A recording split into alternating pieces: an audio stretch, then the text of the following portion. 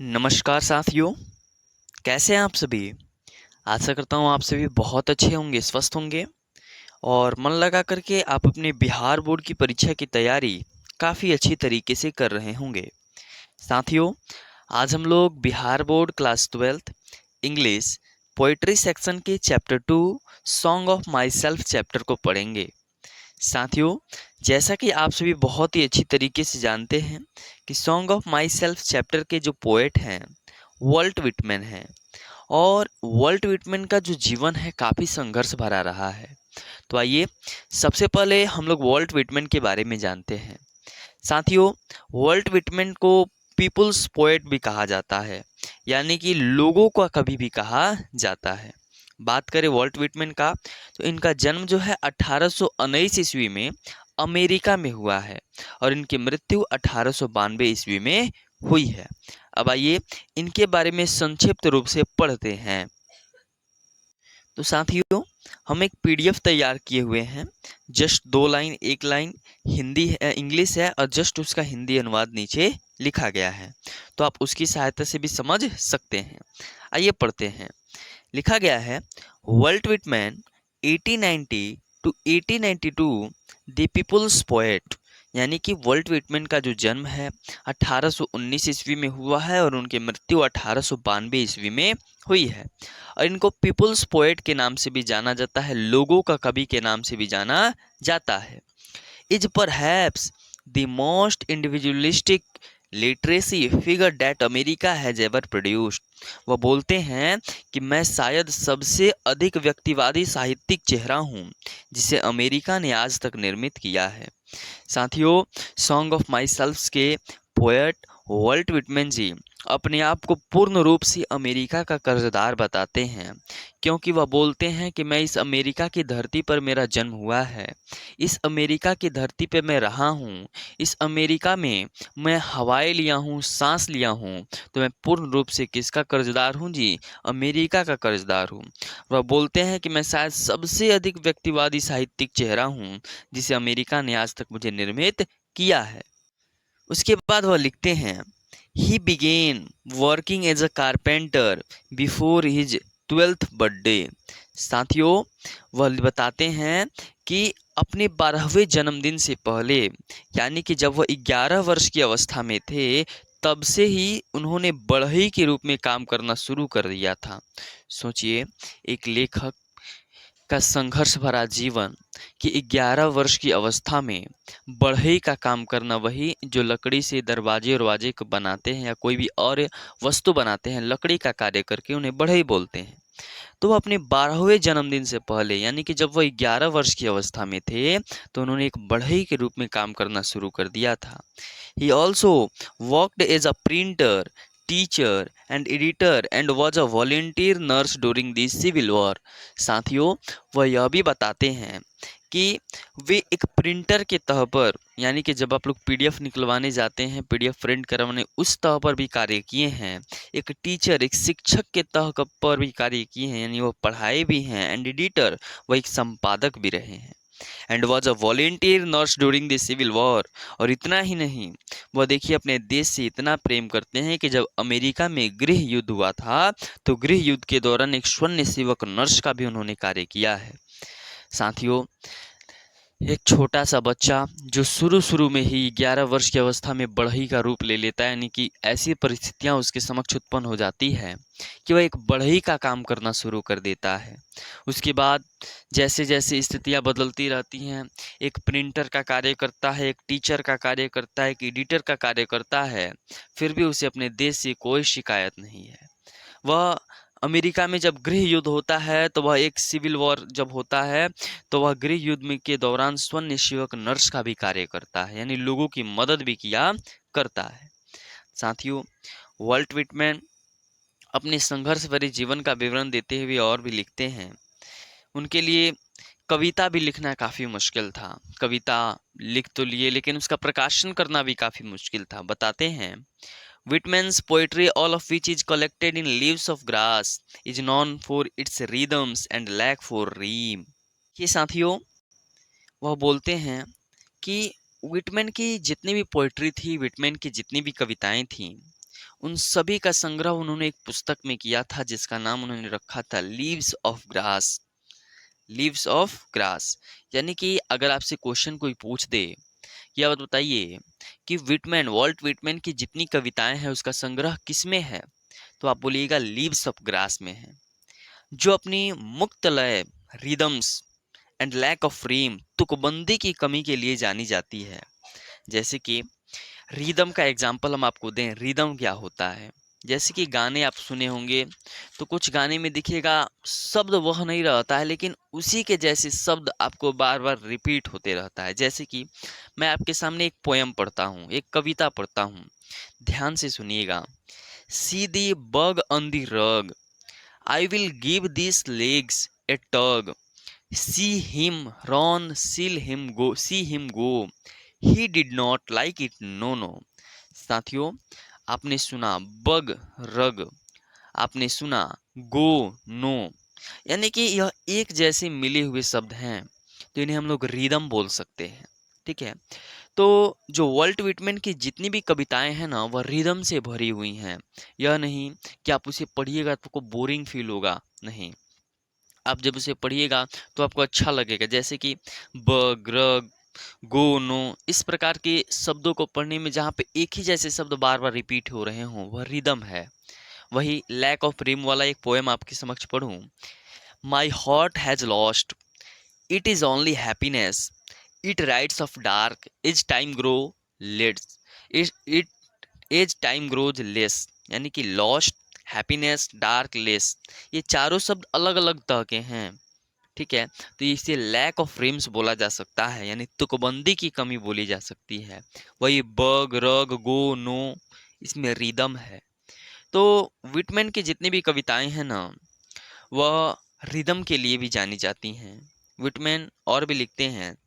Whitman first published it at his own expenses in 1855।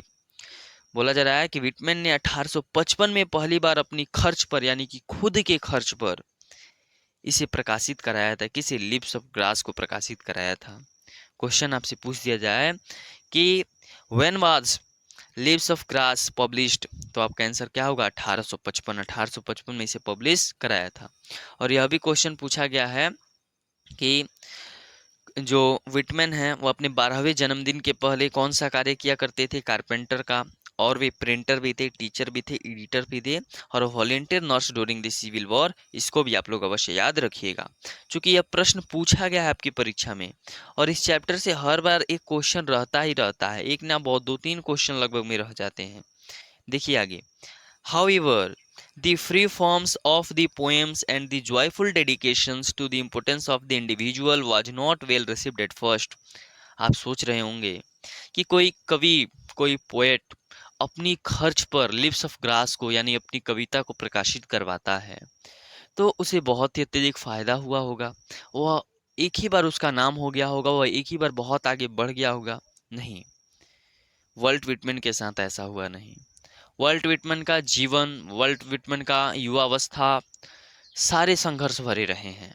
वह बोलते हैं कि मेरी जो कविताएं हैं ना उनमें मुक्त रूप और निजता के महत्व के प्रति सहर्ष समर्पण के कारण अच्छी प्रतिक्रिया उसको नहीं मिली थी, यानी कि लोग उसको ज़्यादा पसंद शुरू शुरू में किए नहीं। In fact, his collection of poems cost Whitman his job is to be absence। हालांकि उन कविताओं के छप जाने के कारण जब उन्होंने लिप्स ऑफ ग्रास को प्रकाशित करवा दिया 1855 ईस्वी में, तो कविता संग्रह की वजह से विटमैन की नौकरी भी गंवानी पड़ी। विटमैन को उनके बॉस ने उनके ऑफिस में से निकाल दिया गया, नौकरी से निकाल दिया गया, क्योंकि लिप्स ऑफ ग्रास को कई लोग अश्लील मानते थे कि वॉल्ट विटमैन ने कुछ वल्गर यानी अश्लील शब्दों का इस पोएम में प्रयोग किया है। In 1881, after many edition, leaves of grass finally found a publisher willing to print it uncensored. साथियों, लेकिन मेहनत करने वाले व्यक्ति एक न एक दिन सफलता पा ही लेते हैं। तो वॉल्ट विटमैन के साथ भी ऐसा हुआ। सोचिए, अपने खुद के खर्च पे जब उन्होंने लीव्स ऑफ ग्रास को प्रकाशित करवाया तो लोगों को वह पसंद नहीं आया। लेकिन 1881 ईस्वी में इसके कई संस्करण आए, कई एडिशन इसके प्रकाशित हुए और एक प्रकाशक ने लीव्स ऑफ ग्रास को बिना काट छाट के, यानी कि कोई भी जो शब्द अश्लील लग रहे थे उनको बिना काट छाट के ऐसे ही उसको प्रकाशित कर दिया। Translation of his collection were enthusiastically received in Europe. साथियों, ट्रांसलेशन यानी कि जो इनका बुक है लीव्स ऑफ ग्रास, जो पोएम जिसमें सारा संग्रह है इनका, इन्होंने इसका अनुवाद करके, यानी कि अमेरिकन थे, अमेरिकी में लिखे थे, इन्होंने इसका अनुवाद करके यूरोप में भिजवाया। जो इसके एडिटर थे, जो इसको छापने वाले थे लीव्स ऑफ ग्रास को, उन्होंने इसमें बिना कोई काट छाट किए उसको यूरोप में, मतलब यूरोप में उसको प्रकाशित करवाया। But Whitman's remained relatively unappreciated in America.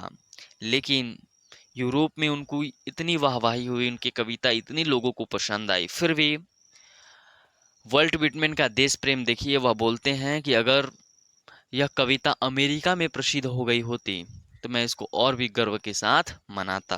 वो बोलते हैं कि वर्ल्ट विटमैन का शुरू से विचारधारा ही ऐसा है कि मैं अमेरिका में जन्म लिया हूँ, अमेरिका के लोगों के लिए हूँ, अमेरिका जैसी सुंदर देश के लिए हूँ। वो अपने आप को पूर्ण रूप से अमेरिका का कर्जदार बताते हैं। It was only after his death that he cooled win appreciation in America for his original and innovative expression American individualism।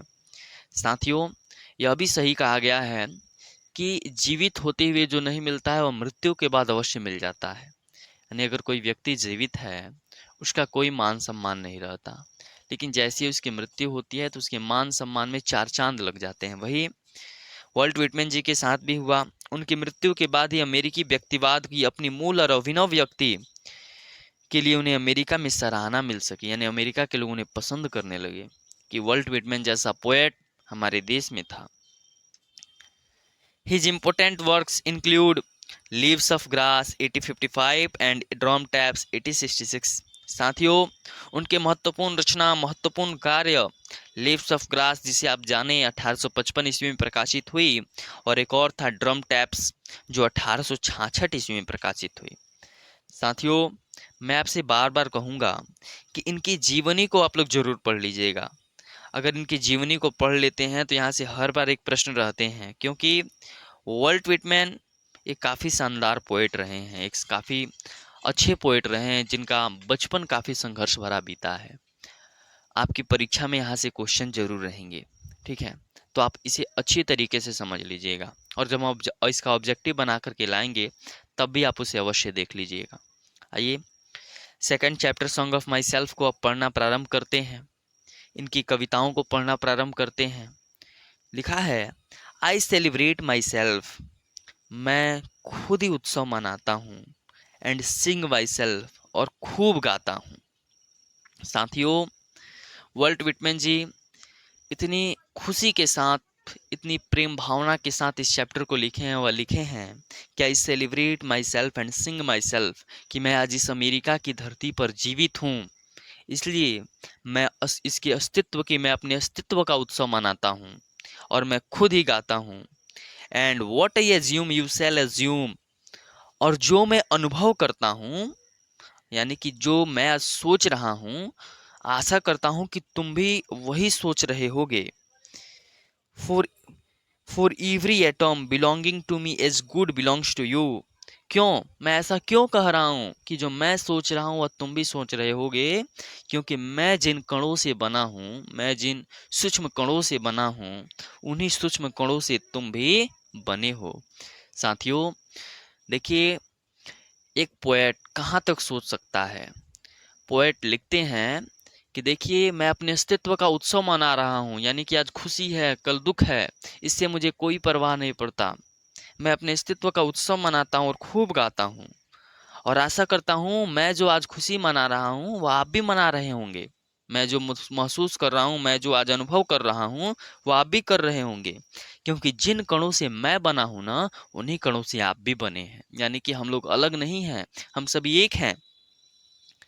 I loafe and invite my soul poet बोलते हैं कि मैं भटकता हूँ, मैं यहाँ जाता हूँ, मैं वहाँ जाता हूँ, मेरा जहाँ मन ले जाता है मैं वहाँ चला जाता हूँ, और मैं अपनी आत्मा को भी निमंत्रण देता हूँ कि तुम भी मेरे साथ चलो, तुम भी मेरे साथ भटको, तुम भी मेरे साथ गाओ, तुम भी मेरे साथ उत्सव मनाओ। यानी कि एकदम प्रेम पूर्वक यह बात करते हैं। यानी कोई भी कार्य कीजिए तो दिमाग के साथ साथ मन आत्मा का होना भी काफी जरूरी है। वही वॉल्ट व्हिटमैन जी कहते हैं कि मैं भटकता हूँ और अपनी आत्मा को निमंत्रण भी देता हूँ कि तुम भी मेरे साथ चलो। I lean and loafe at my ease observing a spear of summer grass. मैं पूरे आराम और सहूलियत के साथ घूमता हूँ, घास के तिनके तक देखते हुए। वह बोलते हैं कि देखिए, मुझे ऐसा कोई भय नहीं है कि यह काम छूट जाएगा, वह काम नहीं होगा। मैं एकदम पूरी सहूलियत के साथ घूमता हूँ। मैं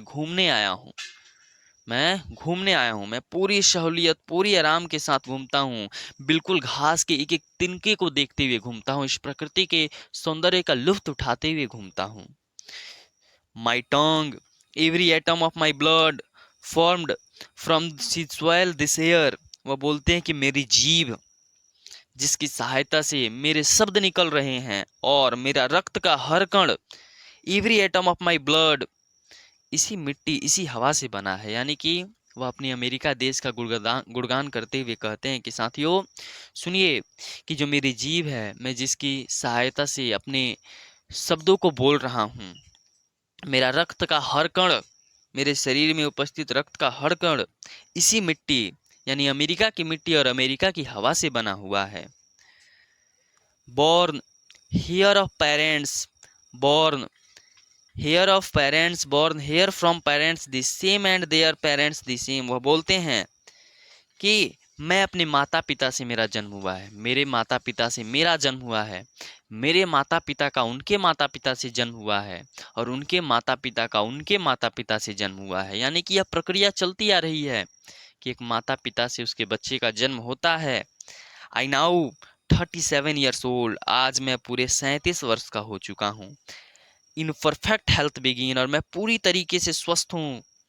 hopping to cease not till death, और मैं आशा करता हूँ और मैं उम्मीद करता हूँ अपने आप से कि मैं मृत्यु तक रुकूंगा नहीं।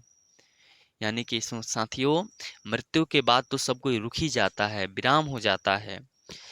वॉल्ट व्हिटमैन जी कहते हैं कि देखिए, आज मैं 37 वर्ष का हो चुका हूँ और मुझे कुछ नहीं हुआ, और मैं अपने आप से यह उम्मीद भी करता हूँ कि मेरी मृत्यु तक मुझे कुछ भी होने वाला नहीं है। Creeds and schools in abeyance, returning back of wheels sufficed it what they are but never forgotten। बोलते हैं कि जो लोग ठहरी हुई जो वैचारिक पद्धतियां हैं, एक हद तक पर्याप्त होती हैं, लेकिन भूली नहीं जाती। यानी कि कुछ लोग देखिएगा ठहरे हुए विचारधारा के होते हैं, एक जगह स्थिर रह गए तो स्थिर रह गए। वो बोलते हैं कि ठहरी हुई वैचारिक जो पद्धतियां हैं, एक हद तक ही पर्याप्त होती हैं, लेकिन भूली नहीं जाती हैं। साथियों, अगर आप कहीं, आपका दिन हो एकदम बोरिंग बीता हो, तो आप उस दिन को भूल नहीं सकते। कोई दिन आपका बहुत अच्छा बीता हो, उस दिन भी आप भूल नहीं सकते। ठीक है, तो इन्हीं सभी बातों के बारे में वह बताते हैं। फिर लिखते हैं अंतिम पैराग्राफ, आई हावर फॉर गुड और बैड, मैं अच्छी और बुरी दोनों भावनाएं रखता हूँ। वह बोलते हैं कि एक सिक्के के दो पहलू होते हैं, या तो मैं उस काम को करूंगा तो वह काम मुझसे हो जाएगा, दूसरा कारण यह हो सकता है कि मैं उस कार्य को करूं और मुझसे वह कार्य नहीं हो। यही दो परिणाम किसी कार्य के हो सकते हैं।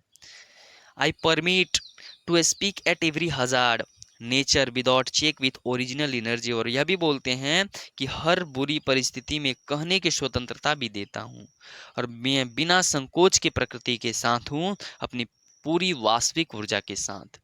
और बोलते हैं कि मैं आज कहीं घूम रहा हूँ, मैं कहीं आज भटक रहा हूँ, तो ऐसा भी हो सकता है कि मैं कल अपने घर पे लौट भी सकता हूँ, और ऐसा भी हो सकता है कि मेरी कल मृत्यु भी हो सकती है। यानी एक सिक्के के दो पहलू हो सकते हैं, और मैं इन दोनों पहलुओं पर विश्वास करता हूँ। तो इन्हीं सब बातों से वॉल्ट व्हिटमैन जी अपनी कविता को खत्म, अपनी पोएम को खत्म करते हैं। साथियों, आप कमेंट में बताइएगा वॉल्ट व्हिटमैन की यह कविता, वॉल्ट व्हिटमैन का यह पोएम आपको कैसा लगा, और हम कोशिश करेंगे कि पहले तो फर्स्ट चैप्टर का भी ऑब्जेक्टिव नहीं बना है।